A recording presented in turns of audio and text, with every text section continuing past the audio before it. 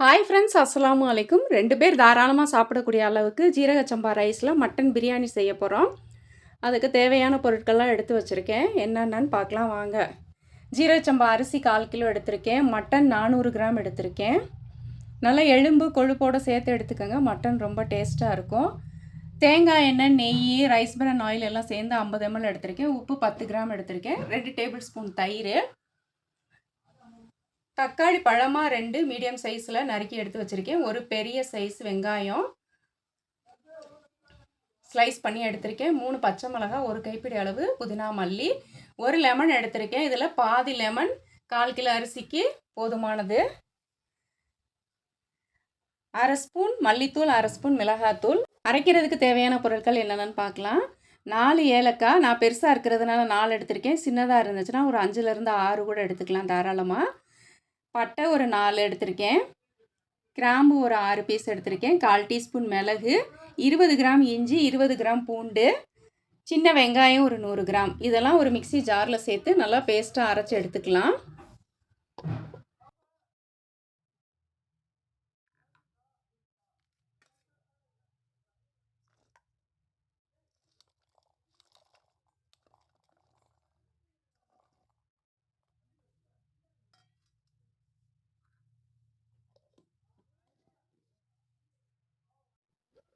ஜாரில் சேர்த்த பட்டை, கிராம்பு, ஏலக்காய், இஞ்சி, வெங்காயம் எல்லாம் போட நல்லா இந்த மாதிரி பேஸ்ட்டாக மையாக அரைச்சி எடுத்து வச்சுருக்கேன். வாங்க இப்போ பிரியாணி எப்படி செய்யலாங்கிறத பார்க்கலாம். அதுக்கு முன்னாடி அரிசியில் தண்ணி சேர்த்துக்கிறேன். ஒரு 20 நிமிஷம் நல்லா ஊறட்டும்.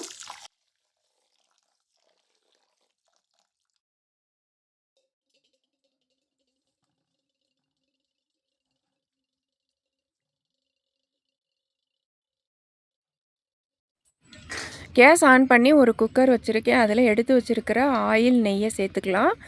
ஆயில் சூடானதுக்கப்புறம் நறுக்கி வச்சுருக்கிற பெரிய வெங்காயம் சேர்த்து நல்லா பொன்னிறம் ஆகிற வரைக்கும் நல்லா வதக்கிக்கிறணும்.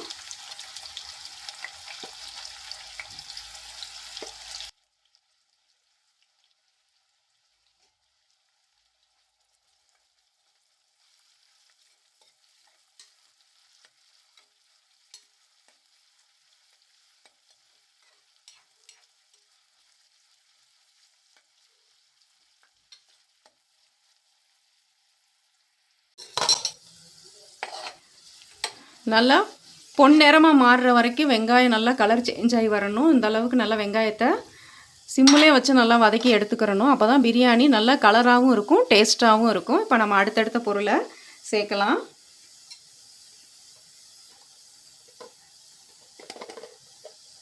எடுத்து வச்சுருக்கிற பச்சை மிளகாயை சேர்த்துக்கிறேன். அதோட புதினா, மல்லி,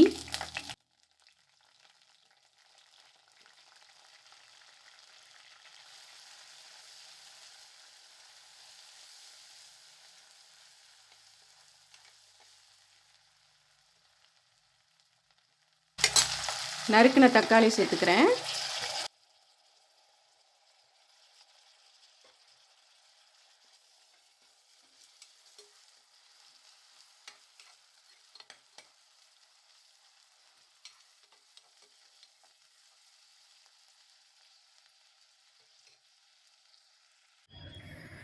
தக்காளி மசிஞ்சதுக்கு அப்புறமா அரைச்சி வச்சுருக்கிற இஞ்சி, வெங்காயம், வெள்ளைப்பூடு பேஸ்ட்டு சேர்த்து நல்லா எண்ணெய் பிரிஞ்சு வர்ற அளவுக்கு வதக்கிக்கிறலாம்.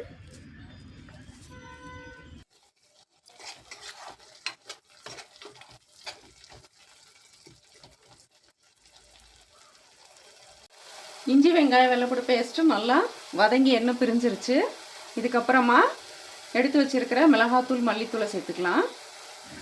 ஸ்டவ்வை லோ ஃப்ளேமில் வச்சு ஒவ்வொரு பொருளாக சேர்த்து எண்ணெய் நல்லா பிரிஞ்சு வர்ற அளவுக்கு வதக்கிக்கிட்டோம்னா பிரியாணி ரொம்ப டேஸ்ட்டாக இருக்கும்.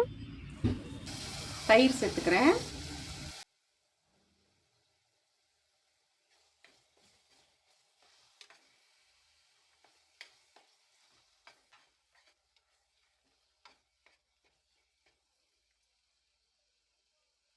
எல்லா மசாலாவும் நல்லா வதங்கி எண்ணெய் பிரிஞ்சு வந்துருச்சு. இதுக்கப்புறமா கழுவி வச்சுருக்கிற மட்டனை சேர்த்துக்கிறேன்.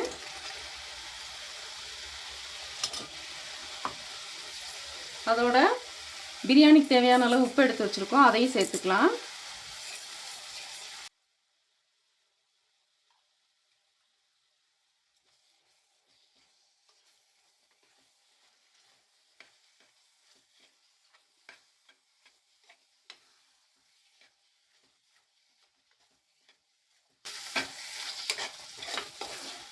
மட்டன் நல்லா மசாலாவோடு சேர்ந்து நல்லா வதங்குற அளவுக்கு நல்லா வதக்கிக்கிறணும்.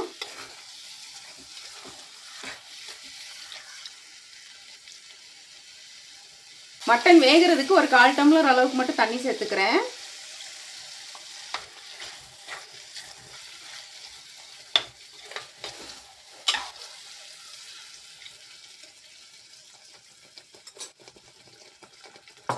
மூடி போட்டு மட்டன் ஒரு 10 நிமிஷம் நல்லா வேகட்டும்.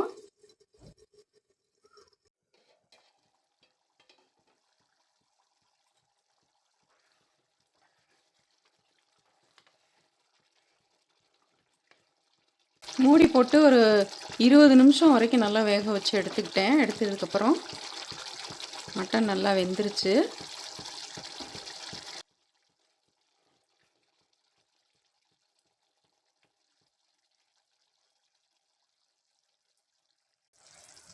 இதில் 1 டம்ளர் அரிசி இருந்துச்சு, 1.5 டம்ளர் தண்ணி சேர்த்துக்கலாம்.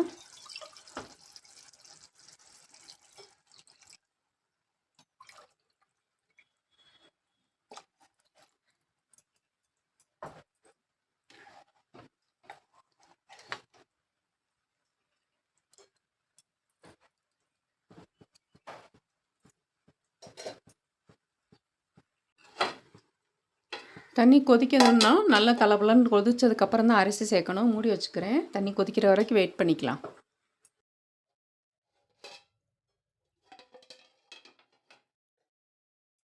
தண்ணி நல்லா தளபலன்னு கொதிச்சிருச்சு.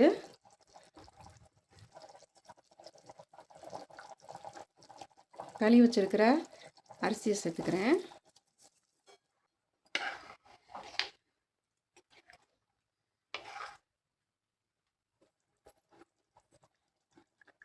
பாதி லெமனை பிழிஞ்சுக்கிறேன்.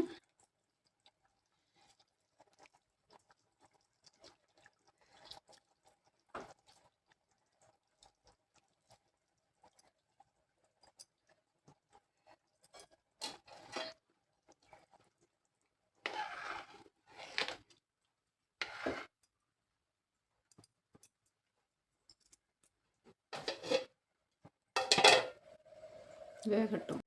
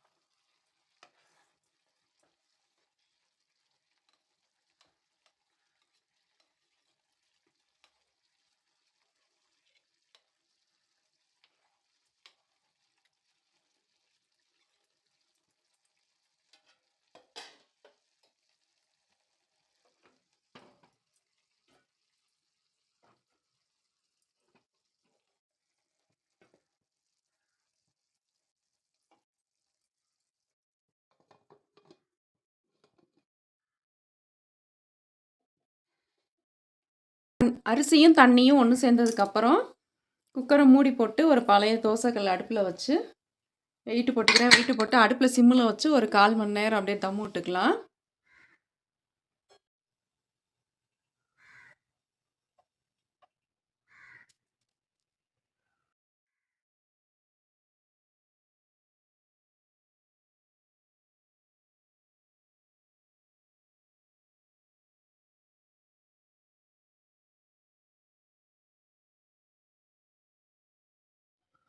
கேஸை சிம்மில் வச்சு ஒரு 1/4 மணி நேரம் தம் போட்டதுக்கப்புறமா ஸ்டவ் ஆஃப் பண்ணிக்கிறேன். அதுக்கப்புறம் அப்படியே குக்கரை திறக்காமல் ஒரு 20 நிமிஷம் அப்படியே இருக்கட்டும்.